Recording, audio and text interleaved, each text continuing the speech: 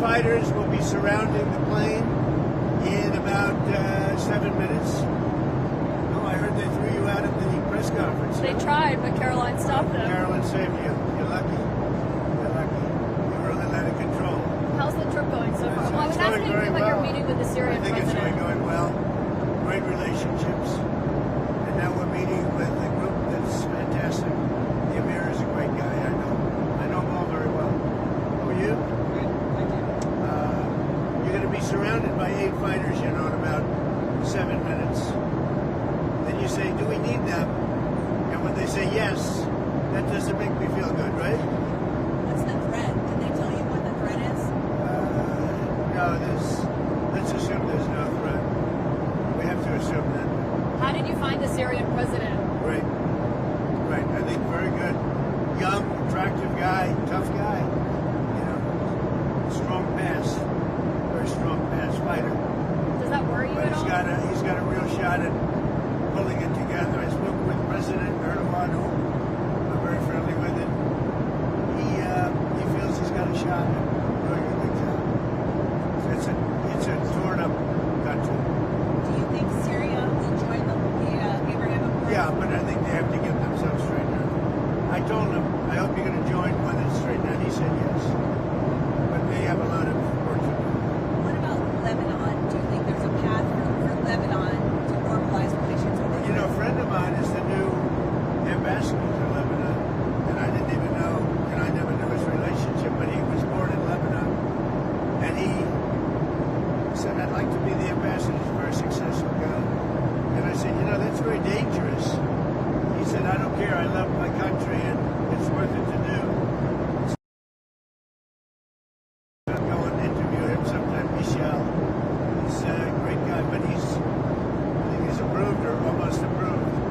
But, there's a danger there for a very successful man to go and do that. I said, you sure you know what you're doing? It's like Doug taking pictures, right?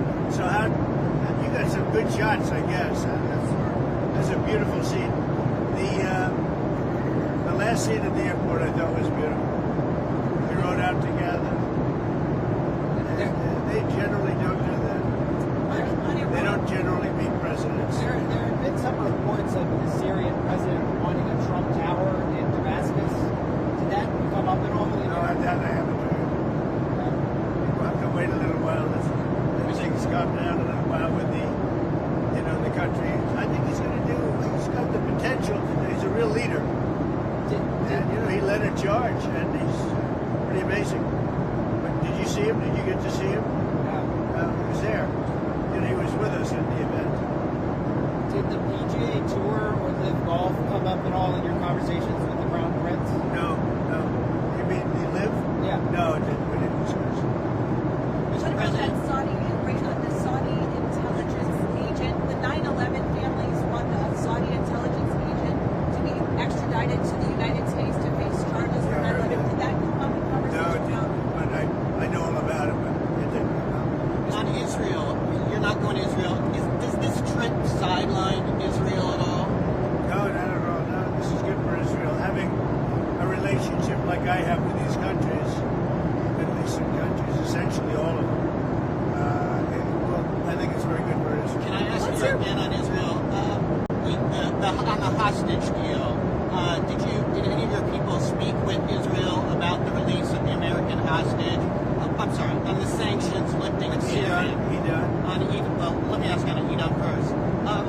What credit does Israel deserve, if any, for that release of the hostage?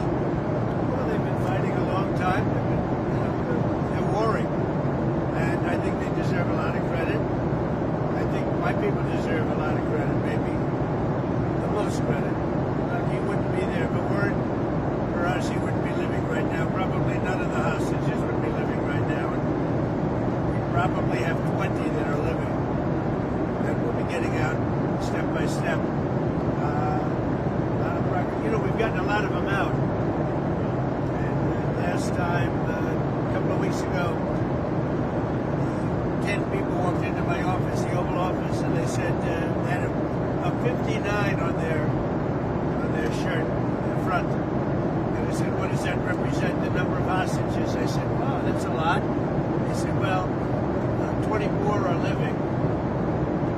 now it's 20. The number is 20 and 11. 4 have died, and the young people.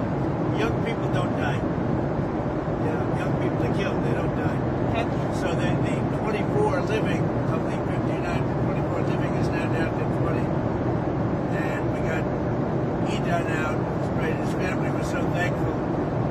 We did a good job with it. We'll continue to do it. What happens on Thursday if President Putin doesn't show up in Turkey for the talks with Ukraine? What will you do? Well, I don't know if he's showing up. I know he would like me to be there. And that's a possibility. If we could end the war, I'd be thinking about that. Now, tomorrow, we're all booked out. You understand that? We're all set. But you'd go if he We're goes? going to go UAE tomorrow. And so we have a very full situation. Now, that doesn't mean I wouldn't do it to save a lot of lives and come back. But, yeah, I think they're thinking about something. I don't know that he would be there if I'm not there. We're going to find out. Marco's going. And Marco's been very effective.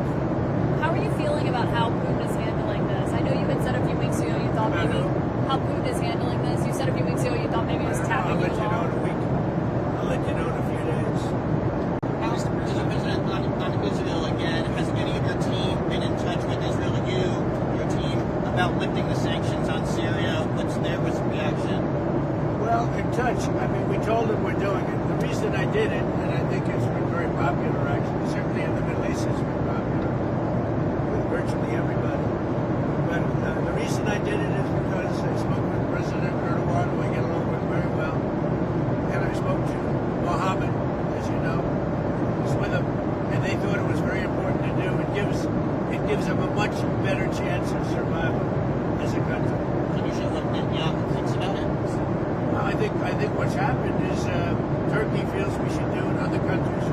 If you looked at my speech last night, which I assume most of you were at, I think the biggest applause was when I said that we're lifting these sanctions on Syria, and that's because they want to give Syria a chance to live and to be great, etc. Mr. President, an Emirati government did a $2 billion deal. An Emirati government did a $2 billion deal using the Trump digital coins. How did that deal come about? I don't know anything about it. I really don't know anything about it, but I'm a big crypto fan, I will tell you. I've been that from the beginning, right from the campaign. I'm a believer in crypto, and if we're not going to do it, China's going to do it. The way I look at it, it's like AI. I'm a believer in AI because we have to have it. We're leading China by a lot.